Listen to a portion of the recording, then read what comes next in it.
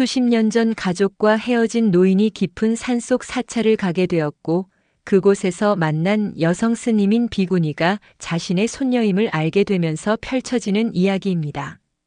구독과 좋아요를 해주시면 더 좋은 사연으로 보답하겠습니다. 시리도록 푸른 겨울 동해는 제 몸을 깎아내는 소리를 냈다. 철썩 부서지는 포말은 날카로운 유리 파편이 되어 갯바위에 박혔다. 바람은 소금기를 머금고 뼛속까지 스며드는 한기를 몰고 왔다. 속초항 방파제 끝 낡은 벤치에 앉은 강민준 74의 시간은 저 겨울 바다처럼 얼어붙어 있었다.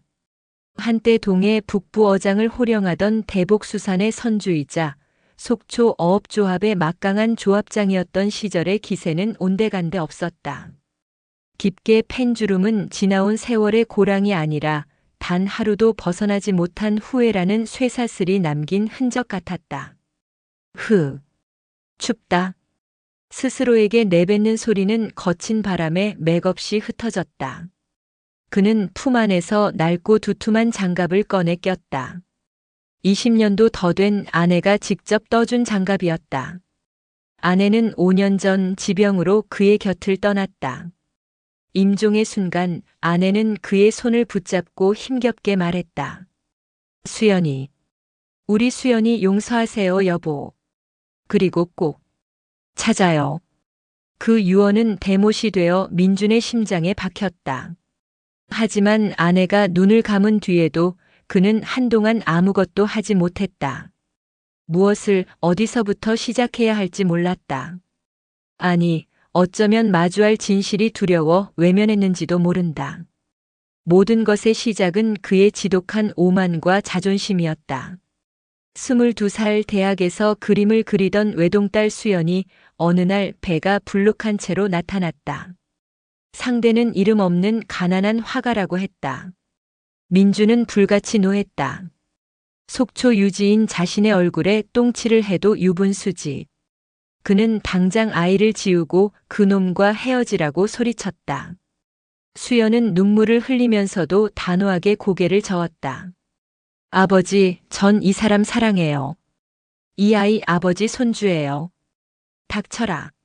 그런 놈은 애비도 아니고 내년은 내 딸도 아니다. 내 눈앞에서 사라져.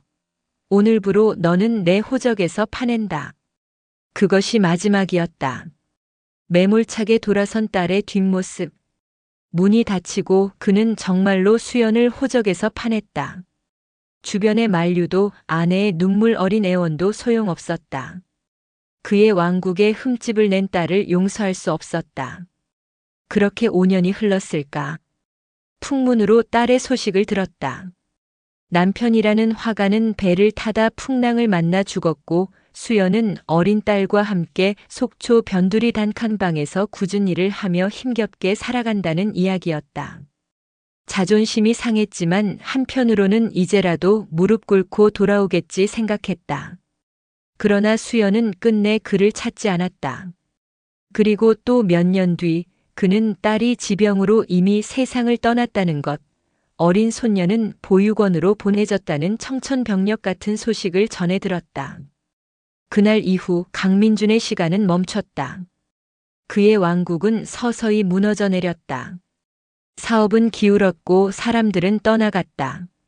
남은 것은 텅 빈 집과 지독한 후회뿐이었다. 그는 매일같이 이 겨울 바다를 보며 죽은 딸과 아내, 그리고 얼굴도 모르는 손녀에게 죄를 빌었다. 최근 그는 유품을 정리하던 아내의 낡은 반짓고리 함에서 빛바랜 편지 한 통을 발견했다. 딸 수연의 필체였다. 아내에게 몰래 보낸 편지인 듯 했다. 엄마 잘 지내? 나는 그럭저럭 지내. 아빠는 여전히 나를 용서하지 않으셨지? 괜찮아. 다 내가 자초한 일인걸. 얼마 전 남편과 함께 설악산에 다녀왔어. 깊은 산속에 있는 백담사라는 절인데 어찌나 고즈넉하고 평화로운지 몰라. 계곡물 소리를 들으며 한참을 앉아 있었더니 아빠에 대한 원망도 내 처지에 대한 슬픔도 잠시나마 잊을 수 있었어. 우리 설아가 조금 더 크면 그 아이 손잡고 다시 가보고 싶어. 눈처럼 맑고 예쁘게 자라라고 지어준 이름인데 내 욕심 때문에 고생만 시키는 것 같아 매일 밤 아이 얼굴을 보며 울어. 엄마, 부디 건강해야 해. 언젠가 아빠가 나를 용서하시는 날, 그때 설아 손잡고 찾아뵐게. 편지는 거기서 끝났다. 설아. 그는 손녀의 이름을 처음으로 알았다. 눈처럼 맑고 예쁘게 자라라. 민주는 편지를 구겨질세라 품에 안고 오열했다. 딸은 그를 원망한 것이 아니었다. 용서를 기다리고 있었다. 돌아오고 싶어 했다. 그 모든 길을 자신이 틀어막고 있었다. 백담사. 그것이 유일한 단서였다. 어쩌면 그곳에 손녀의 흔적이 남아있을지도 모른다. 보육원으로 갔다는 아이. 그 보육원이 어디인지, 지금은 어디서 어떻게 사는지 알 길이 막막했다. 하지만 이대로 죽을 수는 없었다. 손녀를 찾아 그 아이에게라도 무릎 꿇고 용서를 빌어야 했다. 그것이 그가 남은 생을 걸고 해야 할 유일한 일이었다.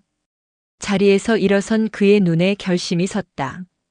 마침 라디오에서는 연일 기록적인 폭설로 설악산 입산이 통제되고 있다는 뉴스가 흘러나오고 있었다. 위험하다는 것을 알았다. 하지만 그에게는 시간이 없었다. 어쩌면 이것이 마지막 기회일지도 모른다. 그는 집으로 돌아가 가장 두꺼운 외투를 챙겨 입었다. 아내의 편지와 약간의 현금, 그리고 낡은 등산화. 그게 그의 전 재산이었다. 택시를 잡아 타고 목적지를 말했다. 설악산 백담사 갑시다. 어르신, 지금 거길 왜 가요? 뉴스도 못 들으셨소? 길 다 막히고 난리 났는데. 가도 입구에서 다 돌려보내요. 일단 갈 수 있는 데까지 최대한 가주시오. 돈은 넉넉히 드리겠소. 기사의 만류에도 민주는 고집을 꺾지 않았다. 택시는 미끄러운 도로를 위태롭게 달려 용대리 백담사 입구 주차장에 멈춰 섰다. 과연 입산 통제 팻말이 길을 막고 있었다. 셔틀버스 운행은 당연히 중단된 상태였다. 여기서 백담사까지는 7km가 넘는 구불구불한 계곡길. 눈은 이미 무릎 높이까지 쌓여 있었다. 어르신, 여기서 더는 못 가요. 돌아가셔야 합니다. 민주는 말없이 택시비를 치르고 차에서 내렸다. 매서운 산바람이 그의 뺨을 핥히었다. 그는 뒤도 돌아보지 않고 통제선 옆으로 난 작은 샛길로 발을 옮겼다. 희미하게 나 있는 짐승의 발자국을 따라 그는 끝이 보이지 않는 설원으로 들어섰다. 한 걸음 한 걸음이 천근만근이었다. 폐부 깊숙이 파고드는 공기는 칼날처럼 차가웠다. 눈은 쉴 새 없이 퍼부어 그의 시야를 흐렸다. 수연아, 아빠가 간다. 설아야, 할아비가 간다. 그는 주문처럼 딸과 손녀의 이름을 되뇌며 발을 옮겼다. 그러나 시간이 지날수록 체력은 급격히 떨어졌다. 숨은 턱까지 차올랐고 다리는 더 이상 감각이 느껴지지 않았다. 얼마나 걸었을까? 하늘과 땅의 경계가 무너진 순백의 세상 속에서 그는 결국 무릎을 꿇었다. 주변은 완벽한 침묵에 휩싸여 있었다. 오직 자신의 거친 숨소리와 심장 소리만이 들릴 뿐이었다. 아, 이대로 죽는구나. 딸의 편지 한 장을 단서라고 찾아온 자신이 어리석었다. 후회와 절망이 한꺼번에 몰려왔다. 눈꺼풀이 천근만근 무거워졌다. 차라리 이대로 눈을 감으면 저 지긋지긋한 죄책감에서 벗어날 수 있을까? 의식이 희미해져 갈 때였다. 저 멀리 눈보라 속에서 무언가 희미한 형체가 다가오는 것이 보였다. 회색 승복을 입은 자신보다 훨씬 작은 체구의 사람이었다. 환각인가? 그는 눈을 깜빡였다. 형체는 점점 더 가까워졌다. 그리고 마침내 그의 코앞에 멈춰 섰다. 보살님, 여기서 이러시면 안 됩니다. 정신 차리십시오. 맑고 차가운 그러나 이상하리만치 단단한 목소리가 그의 귓전을 파고들었다. 그는 힘겹게 고개를 들어 목소리의 주인을 보았다. 짧은 머리, 추위로 붉어진 앳된 뺨. 그리고 모든 것을 꿰뚫어 보는 듯한 깊고 고요한 눈동자. 젊은 비군이 스님이 자신을 내려다보고 있었다. 민주는 그 눈동자를 보는 순간 심장이 쿵 하고 내려앉는 것을 느꼈다. 이유는 알 수 없었다.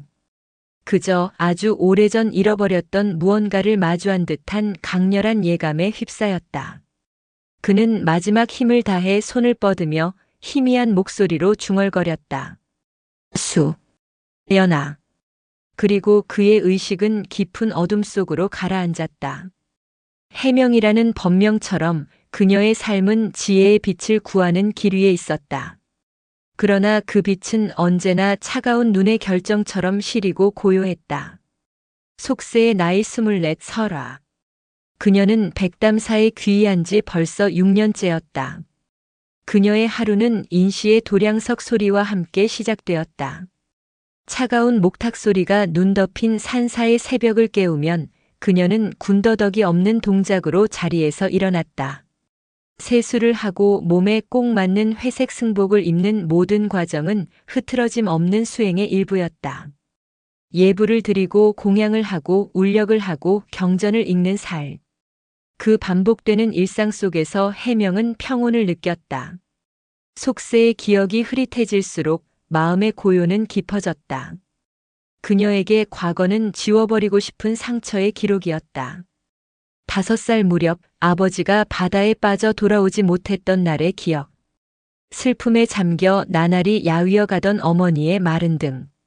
그리고 7살 차가운 병실에서 어머니의 손을 놓아야 했던 그 순간. 세상에 홀로 남겨진 아이는 친척 집을 전전하다 결국 보육원으로 보내졌다. 그곳에서 고아라는 이름표는 지워지지 않는 낙인이었다. 아이들의 경계와 어른들의 동정 어린 시선 속에서 설화는 마음의 문을 굳게 닫았다. 그림 그리는 것을 좋아했던 작은 아이는 더 이상 스케치북을 펼치지 않았다. 세상은 온통 차갑고 거친 회색 빛깔이었다. 18살 보육원을 나와 세상을 마주해야 했을 때 그녀는 막막했다. 그때 우연히 템플스테이를 통해 찾은 곳이 바로 200담사였다. 겹겹이 쌓인 산, 흐르는 계곡물, 풍경 소리. 세상의 모든 소음이 차단된 그곳에서 설화는 처음으로 숨을 쉬는 것 같았다. 주지 스님인 묘적은 상처 입은 어린 짐승 같은 그녀의 눈빛에서 깊은 고통과 인연을 읽었다. 세상이 너를 아프게 하더냐. 묘적 스님의 나직한 물음에 설화는 아무 말 없이 눈물만 흘렸다. 그날 그녀는 속세의 모든 것을 버리고 부처님께 귀의하기로 결심했다. 설화라는 이름 대신 해명이라는 법명을 받았다. 눈꽃처럼 세상에 흩날리다 쓰러질 운명이 아니라 지혜의 빛으로 어둠을 밝히는 존재가 되라는 의미였다. 그렇게 6년.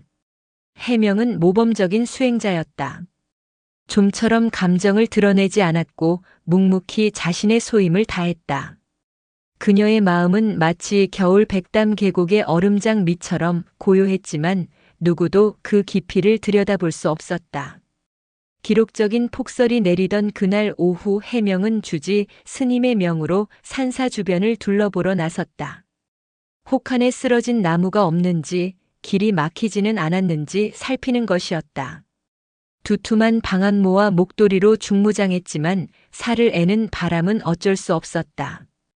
평소라면 셔틀버스가 오갔을 계곡길은 거대한 눈의 강이 되어 있었다. 한참을 걷던 그녀의 눈에 무언가 검은 형체가 들어왔다. 처음에는 눈에 쓰러진 고목이거나 바위겠거니 했다. 하지만 가까이 다가갈수록 그것이 사람의 형상임을 알 수 있었다. 입산이 통제되었는데 누가 이 깊은 곳까지 들어왔단 말인가. 보살님. 해명은 놀라 달려갔다. 눈 속에 반쯤 파묻힌 노인이었다. 값비싸 보이는 두툼한 외투는 눈으로 뒤덮여 있었고 얼굴은 파랗게 질려 있었다. 숨은 간신히 붙어 있는 듯 미약했다. 이런 날씨에 조난당하면 불과 한두 시간을 버티기 힘들다. 그녀는 재빨리 노인의 등을 들쳐 업었다. 보기보다 다부진 체격이었지만 지난 6년간의 울력으로 단련된 해명에게는 감당 못할 무게는 아니었다. 보살님, 여기서 이러시면 안 됩니다. 정신 차리십시오. 그녀는 노인의 귓가에 계속해서 말을 걸며 정신을 잃지 않게 하려 애썼다. 그 순간 노인이 희미하게 눈을 뜨고는 그녀를 올려다보았다. 초점 없는 눈동자. 그리고 마른 입술 사이로 흘러나온 이해할 수 없는 한마디. 연아. 해명은 그 말을 이해할 수 없었다. 그저 정신이 혼미해 헛소리를 하는 것이라 여겼다. 그녀는 이를 악물고 노인을 업은 채 눈 쌓인 길을 되짚어 절로 향했다. 한 걸음 한 걸음이 수행의 길보다 무겁게 느껴졌다. 절에 도착하자마자 노인을 객사에 눕히고 다른 스님들과 함께 젖은 옷을 벗기고 마른 담요로 몸을 감쌌다. 따뜻한 물수건으로 얼어붙은 손발을 녹이고 급히 끓인 생강차를 조금씩 입에 흘려 넣었다. 한참이 지나자 노인의 얼굴에 희미한 혈색이 돌기 시작했다. 주지 스님인 묘적이 조용히 다가와 노인의 얼굴을 들여다보았다. 연이 닿았구나, 해명아. 스님, 누구신지 모르겠습니다. 길에서 쓰러지신 것을 발견했습니다. 모든 인연에는 이유가 있는 법이다. 내가 아니었다면 이 노보살은 이미 차가운 눈 속에서 생을 마감했을 것이다. 내가 사람을 살린 게야. 묘적 스님의 말에도 해명의 표정에는 변화가 없었다. 그녀는 그저 해야 할 일을 했을 뿐이라 생각했다. 생명을 구하는 것. 그것 또한 출가자의 당연한 소임이었다. 그녀는 조용히 합장하고 객사를 물러나왔다. 하지만 이상하게도 마음 한구석이 계속해서 신경 쓰였다. 노인이 의식을 잃기 직전 자신을 보던 그 애절한 눈빛과 수연이라는 이름이 머릿속을 맴돌았다. 그날 밤 해명은 잠을 이루지 못했다. 참선에 들어 마음을 다스리려 했지만 자꾸만 낯선 노인의 얼굴이 떠올랐다. 그리고 그와 함께 아주 오래전 기억의 편린들이 수면 위로 떠올랐다. 자신을 설아라고 부르던 다정한 엄마의 목소리.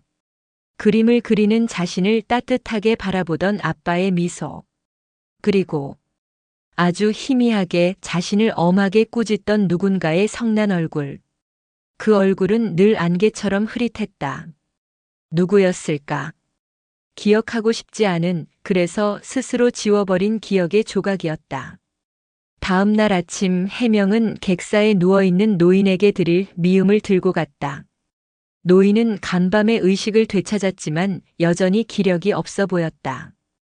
그녀가 조용히 방으로 들어서자 노인이 천천히 고개를 돌려 그녀를 바라보았다.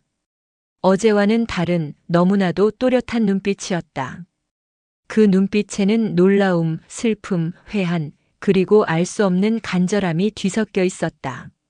스님, 덕분에 살았습니다. 노인이 갈라진 목소리로 말했다. 괜찮으십니다. 기력을 차리실 때까지 여기서 쉬십시오. 눈이 그치고 길이 열리면 그때 내려가시면 됩니다. 해명은 사무적인 말투로 답하며 미음 그릇을 내려놓았다. 노인은 미음 그릇은 쳐다보지도 않고 오직 그녀의 얼굴에서 눈을 떼지 못했다. 스님은 법명이 어찌 되시오? 해명이라 합니다. 해명. 좋은 법명이구려. 혹, 속세의 이름은 물어도 되겠소? 해명은 순간 멈칫했다. 출가한 이후 속명인 설아를 입에 올리는 일은 거의 없었다. 그것은 과거의 자신과 연결된 이제는 끊어내야 할 끈이었다. 출가한 몸의 속명은 의미가 없습니다. 그녀는 차갑게 선을 그었다. 그러자 노인의 눈가가 파르르 떨리며 깊은 슬픔이 어렸다. 혹시 스님 부모님은? 보살님. 해명은 노인의 말을 잘랐다. 더 이상 사적인 질문을 허용하지 않겠다는 무언의 경고였다. 그녀는 노인의 마음을 읽을 수 없었다. 그저 자신을 구해준 것에 대한 과한 관심이라고만 생각했다. 그녀는 그 불편한 시선을 피하고 싶어 자리에서 일어나려 했다. 그때 노인이 떨리는 손으로 자신의 외투 품 안에서 무언가를 꺼냈다. 곱게 접힌 누렇게 빛바랜 편지였다. 이것 좀 봐주시오. 해명은 마지못해 편지를 받아들었다.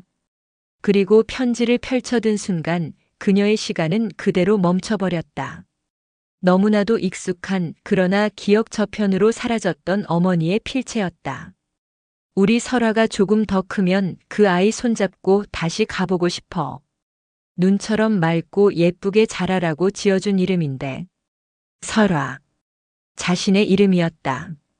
세상에서 가장 다정했던 목소리로 자신을 부르던 그 이름. 해명의 동공과 지진처럼 흔들렸다. 심장이 발밑으로 추락하는 듯한 충격에 숨을 쉴 수가 없었다. 그녀는 떨리는 시선으로 편지와 노인의 얼굴을 번갈아 보았다. 노인의 눈에서는 이미 뜨거운 눈물이 쉴 새 없이 흘러내리고 있었다.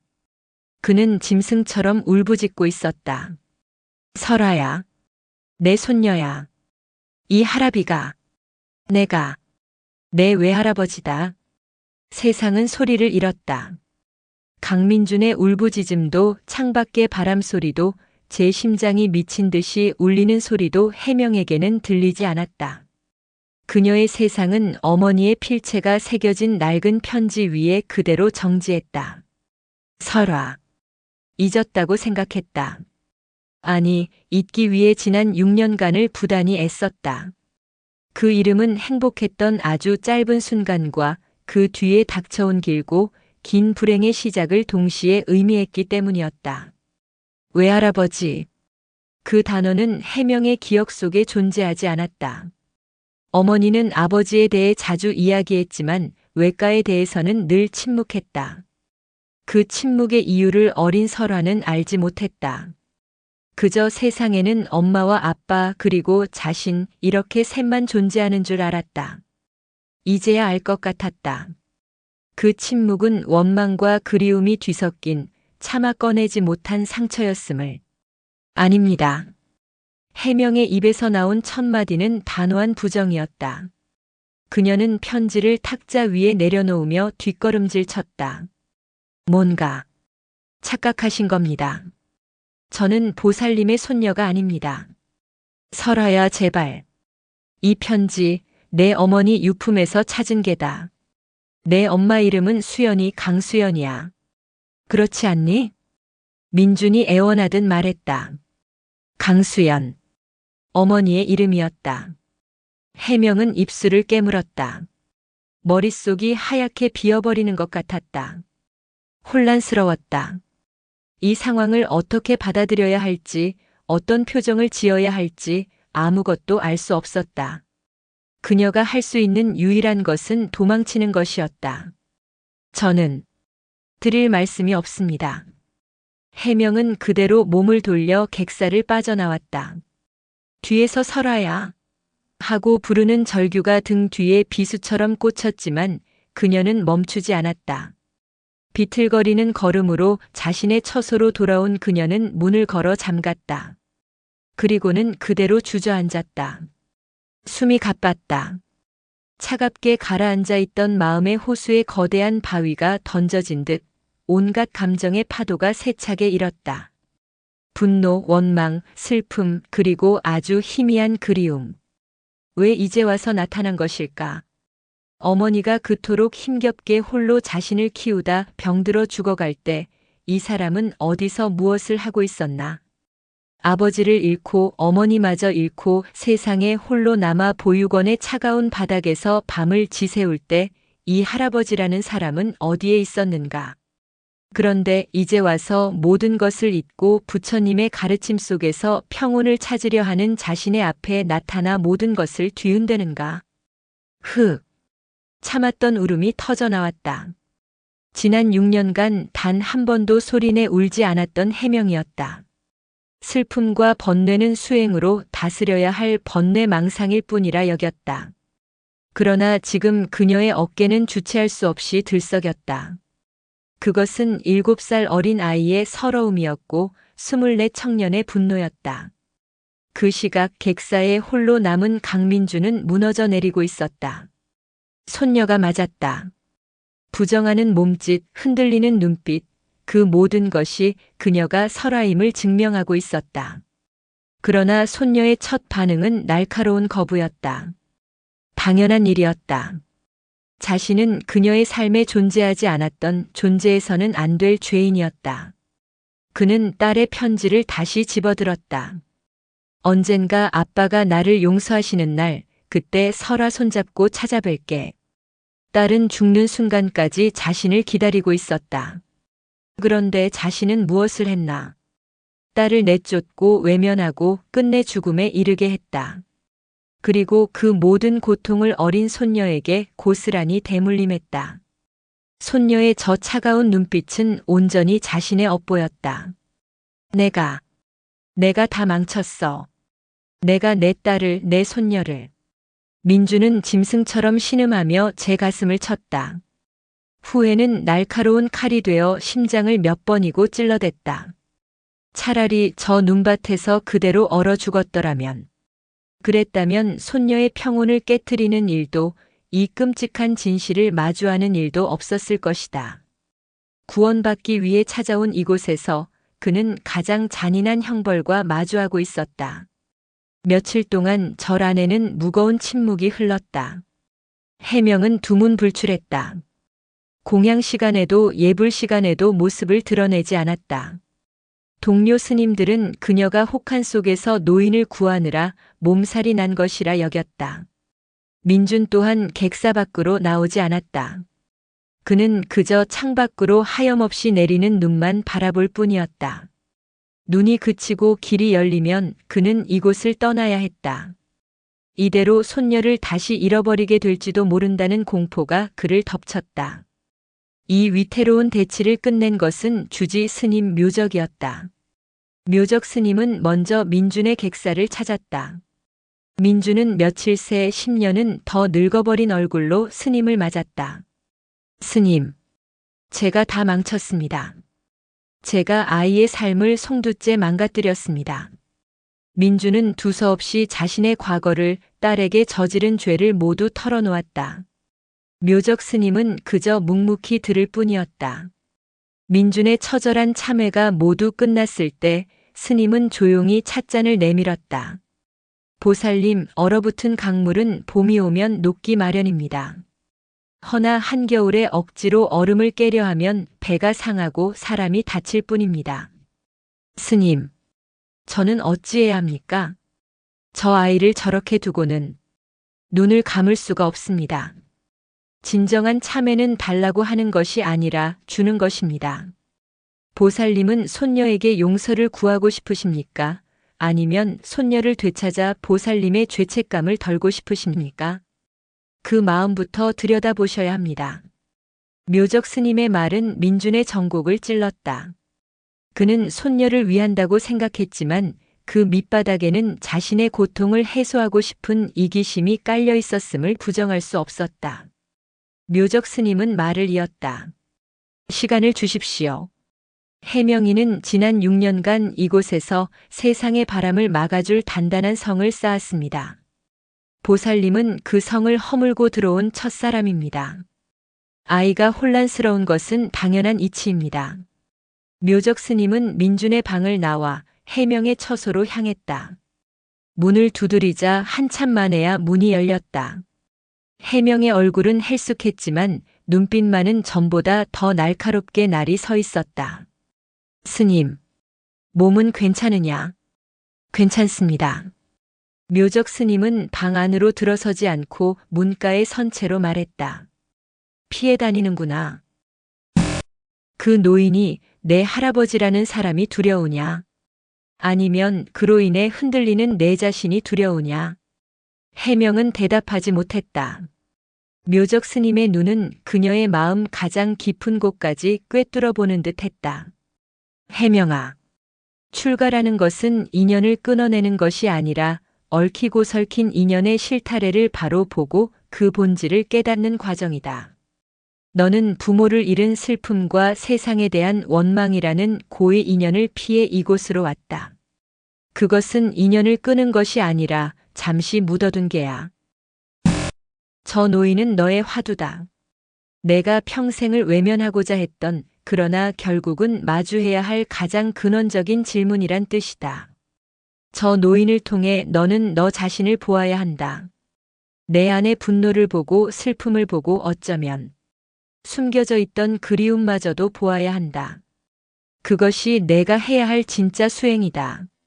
저는 자신이 없습니다. 해명의 목소리가 처음으로 가늘게 떨렸다. 저는 그저 이곳에서 조용히 살고 싶을 뿐입니다. 파도를 피한다고 바다가 잔잔해지더냐. 파도를 타는 법을 배워야지. 내게는 그럴 힘이 있다. 너는 눈처럼 차가운 아이가 아니라 그 차가운 눈을 녹일 수 있는 봄볕 같은 마음을 가진 아이니. 묘적 스님은 해명의 어깨를 가볍게 두드려주고는 돌아섰다. 그날 밤 해명은 밤새 잠 못 이루고 앉아 있었다. 묘적 스님의 말씀이 귓가를 맴돌았다. 화두. 진짜 수행. 그녀는 자신의 마음을 들여다보았다. 그곳에는 할아버지에 대한 원망과 분노가 들끓고 있었다. 그러나 그 뜨거운 감정의 가장 밑바닥, 차갑게 식어버린 재 속에서 희미한 불씨 하나가 남아있음을 발견했다. 가족에 대한 그리움. 단 한 번도 온전히 가져보지 못했던 그것에 대한 원초적인 갈망이었다. 다음 날 새벽 해명은 모두가 잠든 시간 조용히 객사로 향했다. 문틈으로 새어나오는 희미한 불빛. 그녀는 망설이다 조용히 문을 열었다. 강민주는 잠들지 못한 채 웅크리고 앉아 있었다. 인기척에 놀라 고개를 든 그는 문 앞에 서 있는 해명을 보고는 숨을 멈췄다. 며칠 만에 마주한 손녀의 얼굴. 그러나 전과 달리 그 차가운 눈빛 속에 깊은 고뇌와 혼란이 담겨 있었다. 해명은 천천히 방으로 들어와 그 앞에 앉았다. 둘 사이에는 무거운 침묵이 흘렀다. 먼저 침묵을 깬 것은 해명이었다. 어머니는 어떻게 돌아가셨습니까? 그녀의 목소리는 미세하게 떨리고 있었지만 시선은 민준을 똑바로 향하고 있었다. 그것은 그녀가 자신의 화두를 마주하기로 결심했다는 신호였다. 민준은 마른 입술을 달싹였다. 이제 그는 지난 20년간 외면해왔던 진실을, 자신의 죄를, 가장 아픈 상처를 제 손으로 헤집어 딸에게 전해야만 했다. 그것이 이 길고 긴 속죄의 시작이었다. 해명의 질문은 얼어붙은 새벽 공기 속에 박힌 얼음 송곳 같았다. 아프고 서늘하고 피할 수 없는 질문. 강민주는 지난 20년간 단 한순간도 잊어본 적 없는, 그러나 단 한 번도 입 밖으로 꺼내본 적 없는 그날의 기억들을 끄집어내야 했다. 그것은 스스로에게 내리는 가장 잔인한 형벌이었다. 그는 떨리는 목소리로 더듬더듬 이야기를 시작했다. 마치 오래된 흑백 영화를 상영하듯 그의 눈앞에 20년 전의 풍경이 펼쳐졌다. 내 어미를 내 손으로 내쫓았다. 그날도 오늘처럼 추운 겨울이었지. 민준의 고백은 그의 서재에서 시작되었다. 갓 스물을 넘긴 딸이 사랑하는 사람이 생겼다며 가난한 화가를 데려왔을 때 그는 상대의 행색과 배경을 보고 일고의 가치도 없다고 판단했다. 자신의 명성에 흠집이 나는 것을 견딜 수 없었다. 저런 놈에게 내 딸을 줄 수 없다는 그의 말에 수연은 처음으로 아버지에게 대들었다. 그 모습에 이성을 잃은 그는 온갖 모진 말을 퍼부었다. 그 후 수연이 임신한 몸으로 다시 찾아와 용서를 빌었을 때 그는 마지막 남은 정마저 끊어냈다. 내 어미는 무릎까지 꿇었다. 아버지 제발요. 이 아이만은. 하지만 나는 그 손을 뿌리치고 문을 닫아버렸어. 호적을 파내고 다시는 찾지 말라고. 그게 마지막이었다. 해명은 아무 표정 없이 돌처럼 굳은 얼굴로 그의 말을 듣고 있었다. 그녀의 침묵은 민준에게 더 큰 고통을 안겨주었다. 그는 차라리 그녀가 소리를 지르거나 자신을 원망해 주길 바랐다. 이야기는 속초의 어느 작은 폭으로 이어졌다. 수연은 남편과 함께 그곳에 정착했다. 남편은 그림을 그만두고 아내와 아이를 먹여 살리기 위해 낡은 통통배를 타고 바다로 나갔다. 민주는 그 소식을 전부 전해 들었다. 조합장인 그에게 속초 바다에서 일어나는 일은 손바닥 보듯 훤했다. 그는 고생 좀 해봐야 정신을 차리지라며 애써 외면했다. 그러던 어느 날 풍랑주의보가 내렸지. 작은 배들은 출항을 금지해야 한다고 모두가 말렸지만 그놈의 사위놈은 그날 고기잡이를 나가지 않으면 당장 먹을 쌀이 없다며 고집을 부리고 나갔단다. 그리고 돌아오지 못했어. 민준의 목소리가 처참하게 갈라졌다. 그날 조합장인 자신이 조금만 더 강하게 통제했더라면, 아니, 그 이전의 딸의 가정을 조금만 돌보아 주었더라면 일어나지 않았을 비극이었다. 그는 자신의 오만과 방관이 한 가정을 파괴했음을 인정해야 했다. 해명의 어깨가 미세하게 떨리기 시작했다. 그녀의 기억 속에 희미하게 남아있는 바다를 보며 울부짖던 어머니의 뒷모습이 민준의 이야기와 겹쳐졌다. 민준의 고백은 끝나지 않았다. 남편을 잃은 수연의 삶은 나락으로 떨어졌다.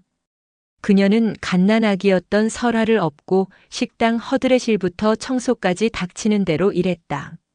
민주는 가끔 사람을 시켜 딸이 사는 모습을 멀리서 지켜보게 했다. 금방이라도 쓰러질 듯한 낡은 단칸방, 찬바람이 그대로 들어오는 깨진 창문. 그는 몇 번이나 돈 봉투를 들고 그 집 앞을 서성였다. 하지만 차마 문을 두드릴 용기가 나지 않았다. 딸이 자신을 원망할 것이라는 두려움, 그리고 아직 버리지 못한 자존심이 그의 발목을 잡았다. 내 어미는 폐렴이었단다. 제대로 먹지도 쉬지도 못하고 찬바람을 맞으며 일했으니 병원에 갈 돈이 없어 감기를 달고 살다가 그게 폐렴으로 번진 게야. 내가 그 소식을 들었을 땐 이미 너무 늦어버렸다. 그가 마지막 용기를 내어 병원을 찾았을 때 수연은 이미 의식이 없었다. 앙상하게 마른 손, 미세하게 오르내리는 가슴. 그는 차마 병실에 들어가지 못하고 문 밖에서 딸의 임종을 지켜보았다. 그리고 장례식장에도 가지 못했다. 죄책감에 사람들의 시선이 두려워 그는 또다시 도망쳤다. 민준의 고백이 끝났을 때 객사 안은 무덤 같은 침묵에 잠겼다. 해명에 굳어있던 얼굴 위로 마침내 뜨거운 눈물 한 줄기가 흘러내렸다. 그것은 시작에 불과했다. 그녀의 기억 속에 봉인되어 있던 판도라의 상자가 열렸다. 어머니의 지독했던 기침소리, 늘 차가웠던 방바닥의 한기, 배고픔에 칭얼대던 자신을 끌어안고 소리 없이 울던 어머니의 마른 어깨. 그 모든 고통의 조각들이 외할아버지라는 사람의 고백으로 인해 하나의 비극적인 그림으로 완성되었다. 그녀는 천천히 고개를 들었다. 눈물로 얼룩진 그녀의 얼굴은 더 이상 평온한 수행자의 그것이 아니었다. 깊은 슬픔과 배신감, 그리고 가늠할 수 없는 분노가 담긴 상처 입은 한 인간의 얼굴이었다. 그녀는 떨리는 입술을 열어 얼음처럼 차가운 목소리로 말했다. 당신은 어머니를 버린 게 아니었군요. 해명은 자리에서 일어났다. 당신이 내 어머니를 죽인 거였어요. 그 한마디는 사형 선고와도 같았다. 해명은 비틀거리며 방을 나갔다. 홀로 남은 민주는 무너져 내렸다. 그는 엎드려 오열했다. 내가 죽일 놈이다. 내가 내 딸을 죽였다. 그의 울음소리는 눈 덮인 산사의 새벽 속으로 처절하게 퍼져나갔다. 강민준이 해명의 외할아버지라는 사실, 그리고 그들의 비극적인 과거는 며칠 만에 백담사 안에 조용히 퍼져나갔다. 스님들은 수군거리지 않았지만 해명을 대하는 태도는 조심스러워졌다. 위로를 건네기에도 그렇다고 모른 척하기에도 어려운 무거운 공기가 그녀의 주위를 맴돌았다. 한때 세상의 모든 소음과 상처를 막아주던 완벽한 요새였던 산사는 이제 보이지 않는 감옥처럼 느껴졌다. 해명은 다시 수행자의 일상으로 돌아가려 애썼다. 그러나 아무것도 예전 같지 않았다. 새벽 예불을 위해 법당에 앉아 반야심경을 외우면 색즉시공 공즉시색이라는 글귀 대신 어머니의 기침 소리가 귓가를 맴돌았다. 참선에 들면 고요한 마음자리 대신 낡은 단칸방의 시린 풍경이 눈앞에 어른거렸다. 모든 것이 거짓이고 위선처럼 느껴졌다. 지난 6년간 자신이 쌓아올린 평온이 얼마나 얄팍하고 허망한 것이었는지를 깨달았다.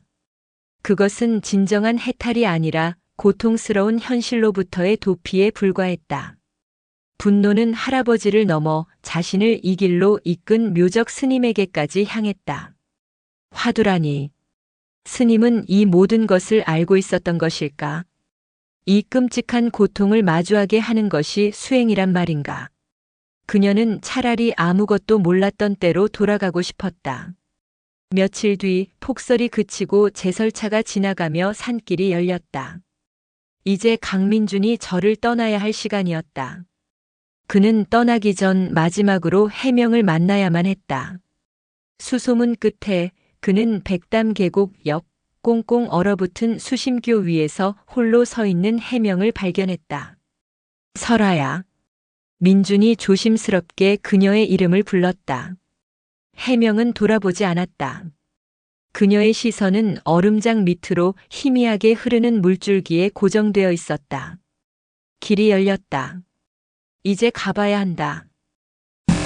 나와 같이 가자. 속초로. 내가 살던 곳으로. 그곳에 내 어머니의 흔적이 남아있다. 그리고 이 할아비가 이제라도 너에게 모든 것을 해주고 싶다. 내가 원래 누렸어야 할 모든 것들을. 그것은 민준이 할 수 있는 최선의 호소였지만 가장 최악의 말이기도 했다. 내가 누렸어야 할 모든 것. 그 말에 해명은 마침내 천천히 고개를 돌렸다. 그녀의 눈에는 눈물 대신 차가운 경멸이 서려 있었다. 제가 누렸어야 할 것이요? 그녀의 목소리는 겨울 계곡의 얼음처럼 날카로웠다. 제가 누렸어야 할 것은 따뜻한 집과 아버지의 사랑 속에서 자라는 제 어머니였습니다. 제가 누렸어야 할 것은 고통 속에 죽어가는 어머니를 보지 않아도 될 권리였습니다. 당신이 그것들을 돌려줄 수 있습니까? 설아야, 내가 잘못했다. 평생을 너에게 속죄하며 살겠다. 제발 기회를 다오. 속죄? 해명은 헛웃음을 터뜨렸다. 당신 멋대로 내 어머니의 인생을 망가뜨리고 이제 와서 내 인생을 통해 당신의 죄책감을 씻으시겠다. 내 삶이 당신의 속죄를 위한 도구입니까? 나는 당신의 손녀이기 이전에 당신이 죽인 여자의 딸입니다. 그 사실을 잊지 마십시오. 그녀의 말은 비수가 되어 민준의 심장을 헤집었다. 그는 아무 말도 할 수 없었다. 해명은 차갑게 돌아섰다. 다시는 찾아오지 마십시오. 저는 해명으로 이곳에서 평생을 살 것입니다. 속세의 인연은 저와 상관없는 일입니다. 그것은 완전한 거절이었다. 두 사람 사이에는 더 이상 건널 수 없는 깊고 차가운 강이 흐르고 있었다. 민주는 무너져 내리는 마음을 안고 홀로 눈 쌓인 산길을 내려갈 채비를 해야 했다. 모든 것이 끝났다고 생각했다. 강민주는 짐을 쌌다. 며칠간 머물렀던 객사를 정리하며 그는 모든 희망을 내려놓았다. 손녀를 찾았지만 결국 제 손으로 다시 한번 밀어낸 꼴이 되었다. 그는 빈손으로 돌아가 남은 생을 속죄 없는 지옥 속에서 살아야 할 운명이었다. 그가 무거운 발걸음으로 절문을 나서려 할 때 묘적 스님이 그의 앞을 막아섰다. 이대로 가시렵니까? 면목이 없습니다, 스님. 아이에게 더 큰 상처만 주고 갑니다. 보살님. 묘적 스님은 민준의 눈을 깊이 들여다보았다. 봄을 기다리는 농부는 씨앗을 심고 밭을 갈 뿐 싹을 억지로 잡아당기지 않습니다. 지금 보살님께서는 애타는 마음에 어린 싹을 잡아 뽑으려 하십니다. 그러다간 뿌리까지 상하게 됩니다. 그럼 저는 어찌해야 합니까? 참회는 말이 아니라 삶으로 보이는 것입니다. 속초로 돌아가십시오. 돌아가셔서 손녀를 맞이할 준비를 하십시오.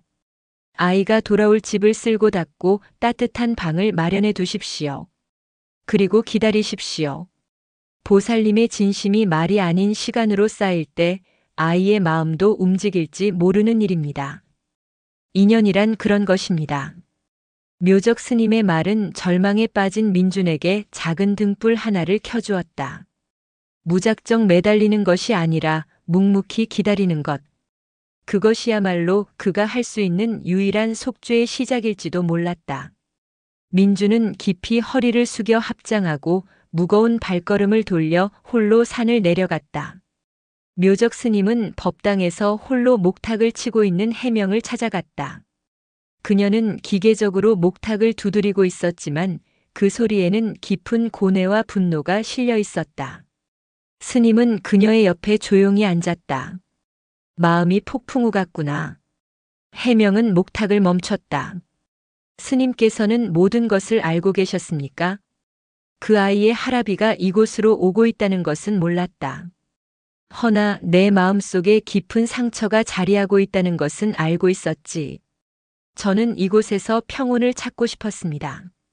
그런데 왜 저를 이런 고통 속으로 밀어넣으십니까? 해명아. 묘적 스님은 법당 창밖, 눈 덮인 설악의 봉우리를 바라보며 나직이 말했다. 깨달음이란 고통이 없는 상태가 아니다. 고통의 실체를 바로 보고 그것에 휩쓸리지 않는 지혜를 얻는 것이다. 너는 가족이라는 인연이 너에게 준 상처를 피해 이곳으로 왔다. 허나 피한다고 해서 그 상처가 사라지더냐?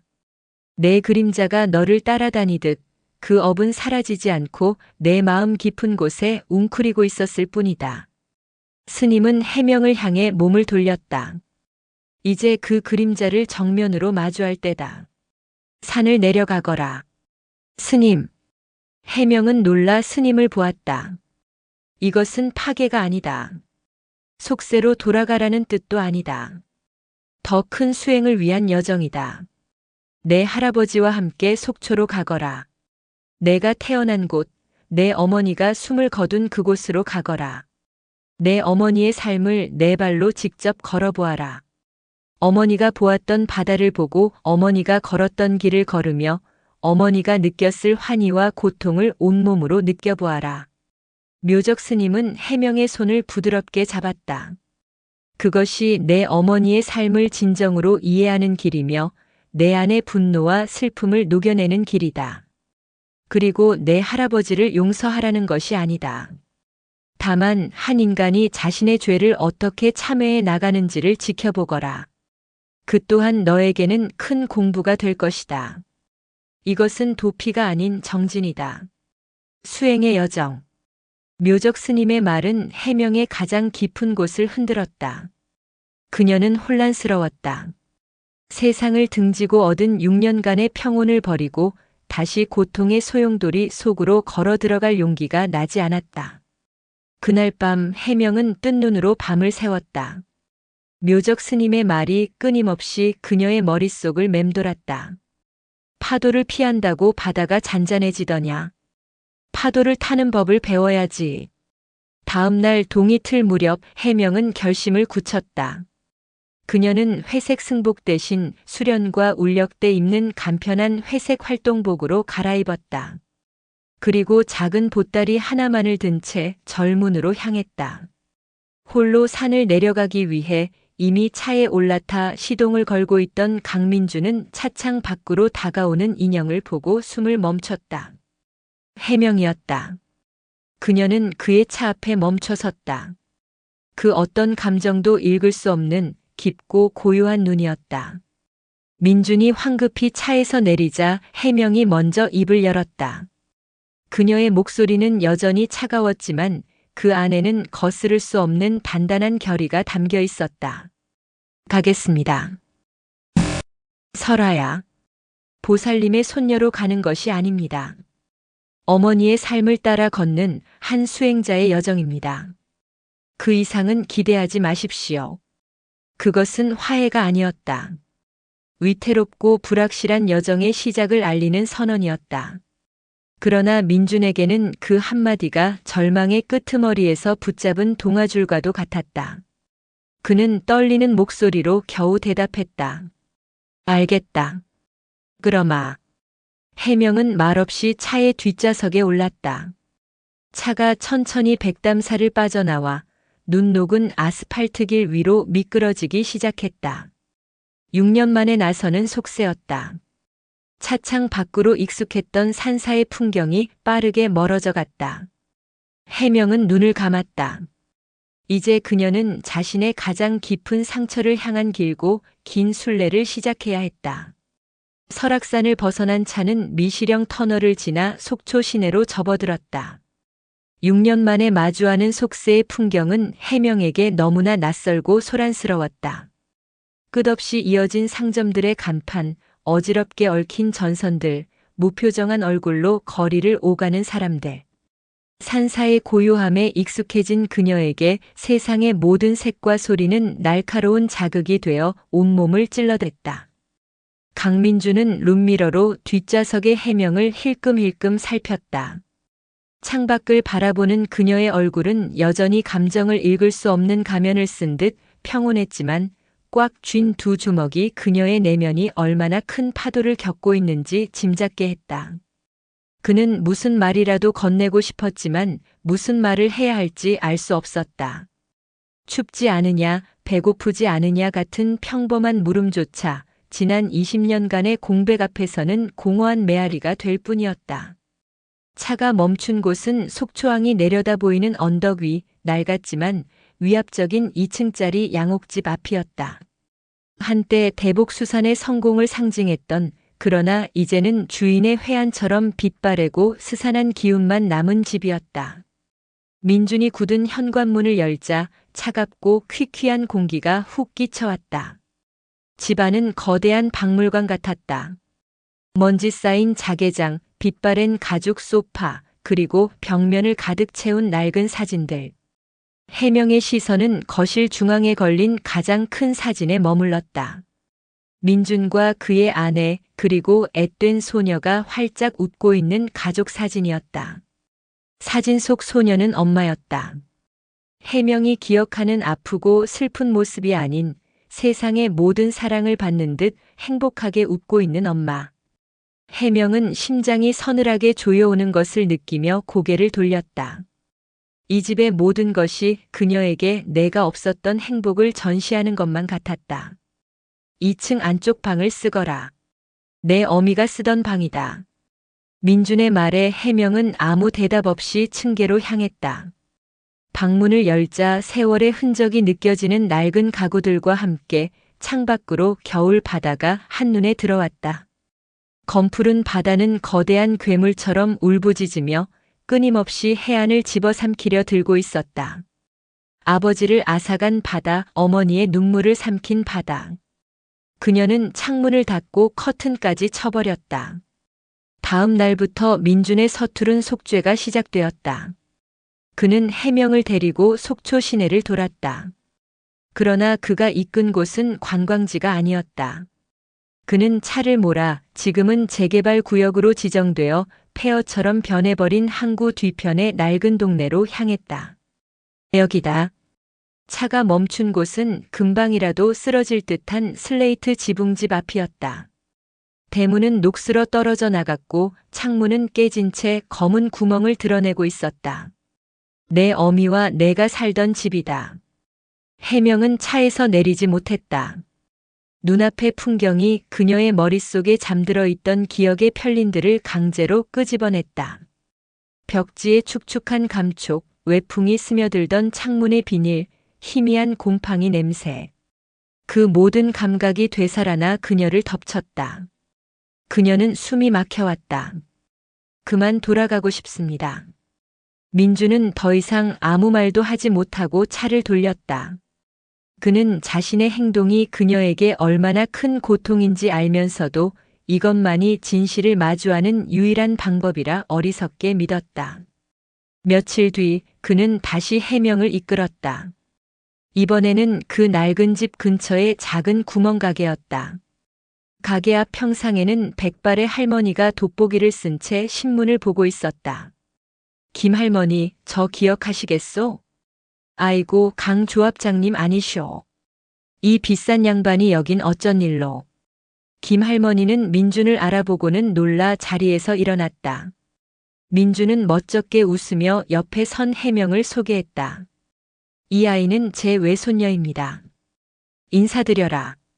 해명은 마지못해 고개를 숙였다.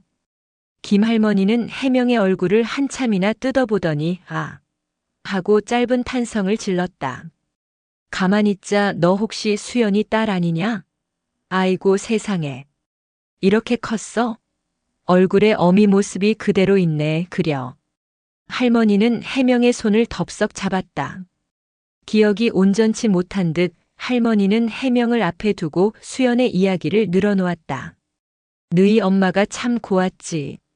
말수도 없고 속도 깊고 맨날 낡은 스케치북에다 뭘 그렇게 그렸는지 몰라. 남편 잃고 나서는 어깨가 반쪽이 돼서 다니는데 보는 사람이 다 짠했어. 그래도 딸내미 앞에서는 한 번도 우는 소리 안 하더라. 저 어린 것이 뭘 먹고 클까 걱정이라면서 굳은 일도 마다 않고 참 독한 여자였지. 안 됐어. 참 안 됐어. 해명은 그저 듣고만 있었다. 할머니의 입을 통해 전해 듣는 어머니의 모습은 민준이 말한 비극의 주인공도 자신이 기억하는 아픈 엄마도 아니었다. 굳은 일도 마다 않고 딸 앞에서는 울지 않았던 꿋꿋하게 삶과 맞서 싸운 한 여자의 모습이었다. 그 순간 그녀는 어머니라는 존재를 처음으로 입체적으로 느끼기 시작했다. 그날 밤 해명은 민준의 집 옛 어머니의 방에서 잠 못 이루고 뒤척였다. 할머니의 말이 귓가를 떠나지 않았다. 낡은 스케치북에다 뭘 그렇게 그렸는지 그녀는 어렴풋이 기억나는 그림을 그리던 어머니의 뒷모습을 떠올렸다. 그리고 동시에 크레파스를 손에 쥐고 신나게 그림을 그리던 어린 자신의 모습도 함께 떠올랐다. 창밖에서는 여전히 겨울 바다가 울고 있었다. 그 울음소리가 오늘은 어쩐지 어머니의 목소리처럼 들렸다. 녹지 않을 것만 같던 기억의 얼음장 밑으로 아주 작은 균열이 생기기 시작하고 있었다. 강민주는 김 할머니의 말을 마음에 담아두었다. 그는 며칠을 망설이다 집 안 깊숙한 창고를 뒤지기 시작했다. 그곳에는 차마 버리지 못하고 상자 속에 담아둔 수연의 유품들이 있었다. 낡은 옷가지, 빛바랜 책 몇 권, 그리고 그 아래 손때 묻은 스케치북과 달아빠진 연필 몇 자루가 있었다. 스케치북에는 미완성의 풍경화와 인물 스케치가 가득했다. 그리고 그 마지막 장에 삐뚤빼뚤한 아이의 그림이 끼워져 있었다. 엄마랑 설아랑 그리고 동그라미와 세모로 이루어진 웃는 얼굴 2개. 어린 설아가 그린 그림이었다. 그날 오후 민주는 속초 시내의 가장 큰 화방으로 갔다.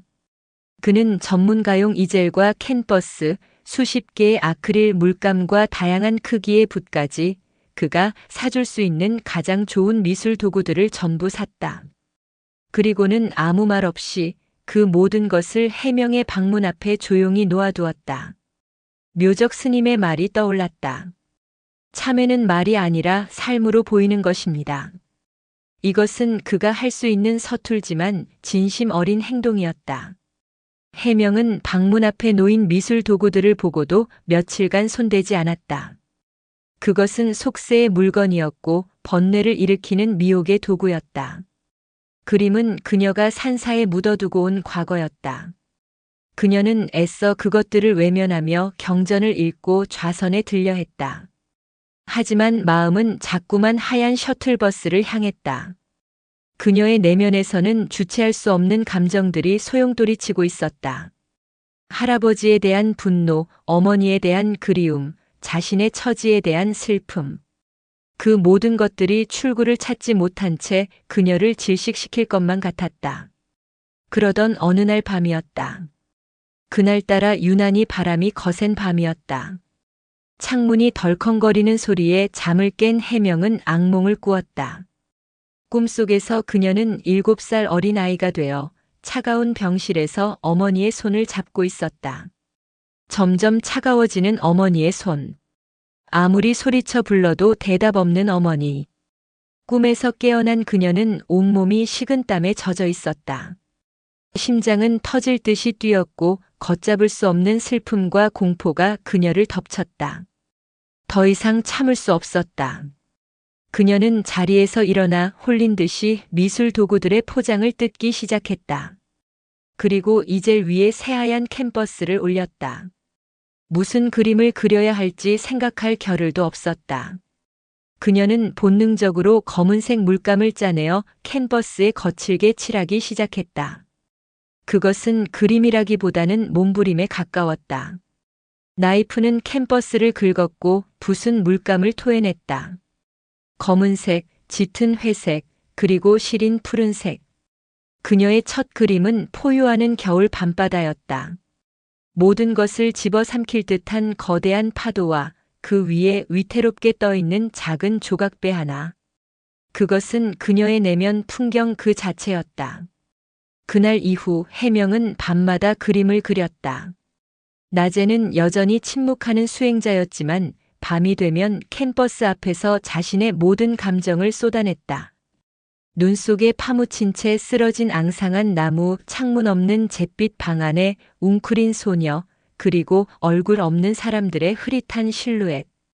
그녀의 그림들은 고통의 기록이자 슬픔의 독백이었다. 그런데 시간이 흐르면서 그녀의 그림에 미세한 변화가 생기기 시작했다. 어둡고 거친 색채 속으로 아주 조금씩 다른 색들이 스며들었다. 백담사의 고요한 새벽을 닮은 옅은 남색, 겨울 햇살을 받아 빛나는 눈의 순백색, 그리고 단청에서 본 듯한 고와한 초록과 붉은색. 그녀의 그림은 상처의 재현을 넘어 고통과 평온이 공존하는 그녀만의 독특한 세계를 구축하기 시작했다. 분노와 그리움은 캔버스 위에서 뒤섞여 새로운 형태의 미로 승화되고 있었다.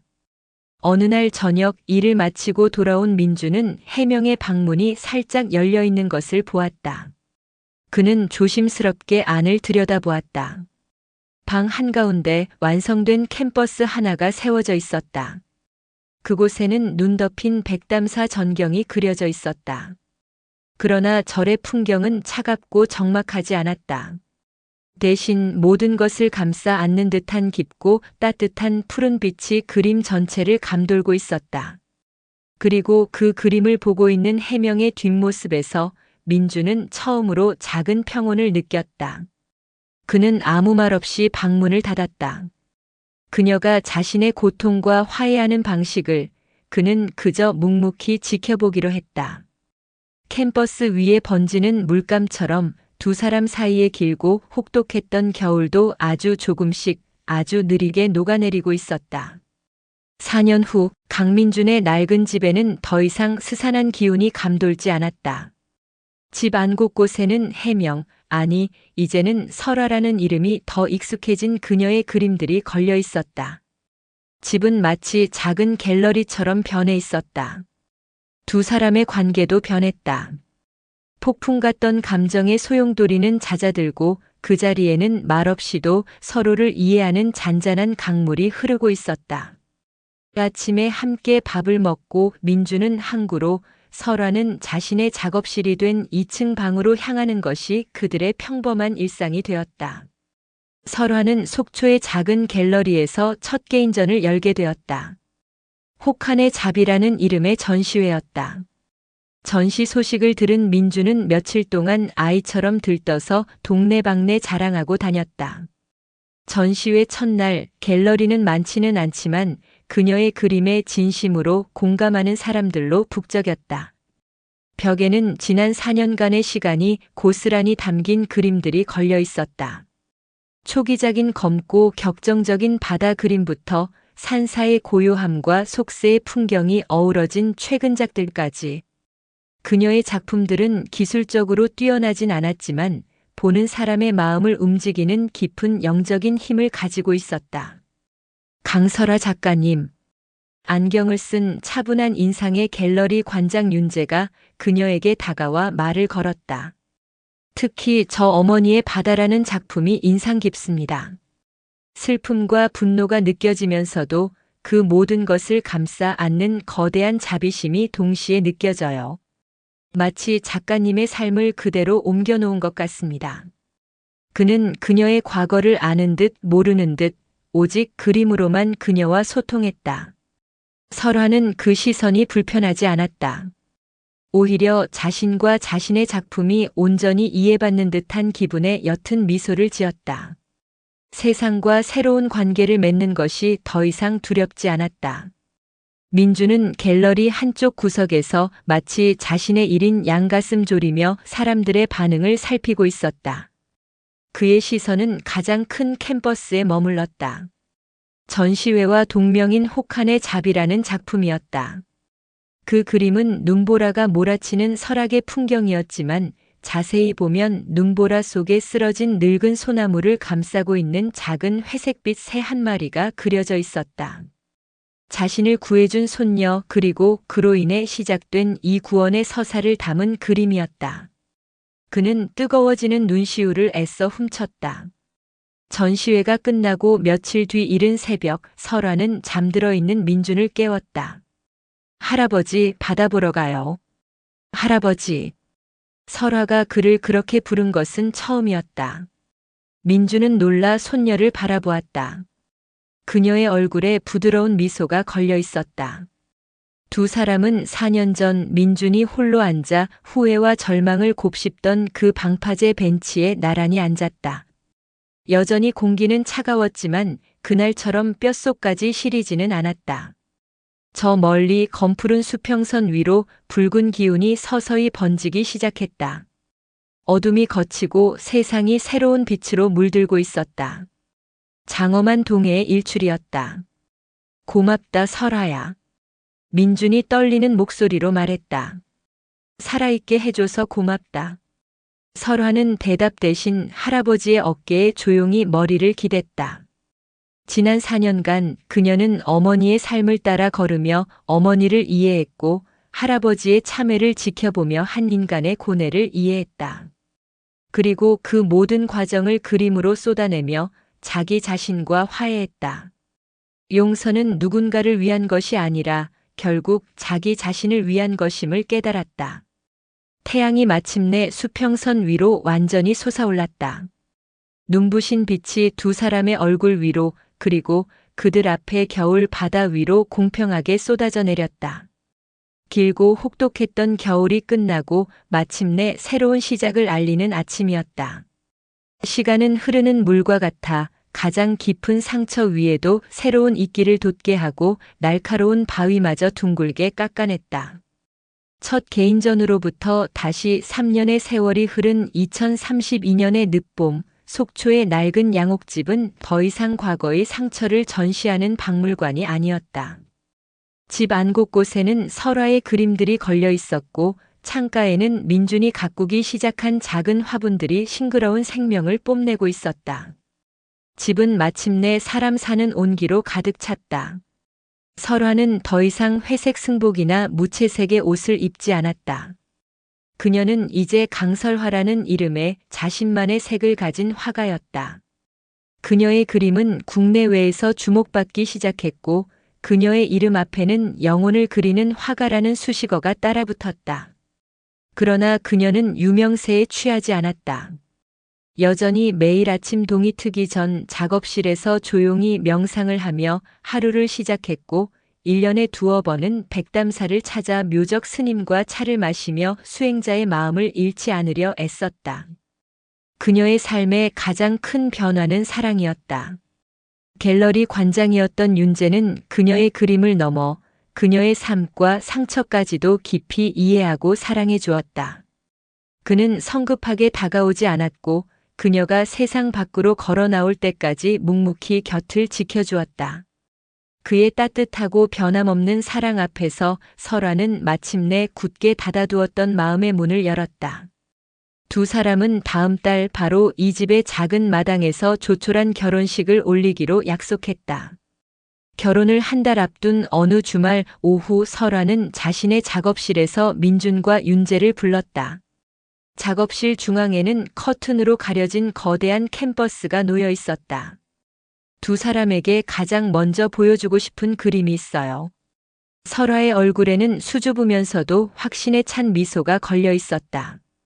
윤재가 부드러운 눈빛으로 그녀를 응원했고 민주는 어린아이처럼 호기심 가득한 얼굴로 캔버스를 바라보았다. 설화가 천천히 커튼을 걷어냈다. 순간 민주는 숨을 멈췄다. 그의 눈동자가 지진처럼 흔들렸다. 캔버스에 그려진 것은 풍경화가 아니었다. 그것은 가족 사진이었다. 그림의 중앙에는 세상에서 가장 행복한 얼굴로 웃고 있는 젊은 수연과 그녀의 어깨에 다정하게 손을 올린 설화가 한 번도 본 적 없는 가난한 화가 그녀의 아버지가 있었다. 그리고 그들 옆에는 인자한 미소를 띤 민준의 아내와 오만함 대신 따뜻한 웃음을 짓고 있는 젊은 시절의 민준이 서 있었다. 마지막으로 그들의 품 한가운데에는 7살의 어린 설화가 세상의 모든 사랑을 받는 아이처럼 해맑게 웃고 있었다. 배경은 속초의 겨울 바다였지만 그 바다는 더 이상 검푸른 비극의 색이 아닌 눈부신 아침 햇살을 받아 금빛으로 반짝이는 희망의 바다였다. 그것은 있을 수 없었던 그러나 설화의 마음속에서 마침내 완성된 완전한 가족의 모습이었다. 슬픔과 원망으로 시작된 붓질은 10년이라는 시간 속에서 이해와 용서, 그리고 사랑으로 이어져 마침내 이 기적 같은 그림을 완성해낸 것이었다. 이것은 과거에 대한 회한이 아닌 모든 상처를 끌어안고 미래로 나아가겠다는 그녀의 다짐이자 선언이었다. 민주는 어린아이처럼 소리를 내며 그 자리에 주저앉았다. 그의 메마른 눈에서 뜨거운 눈물이 쏟아져 내렸다.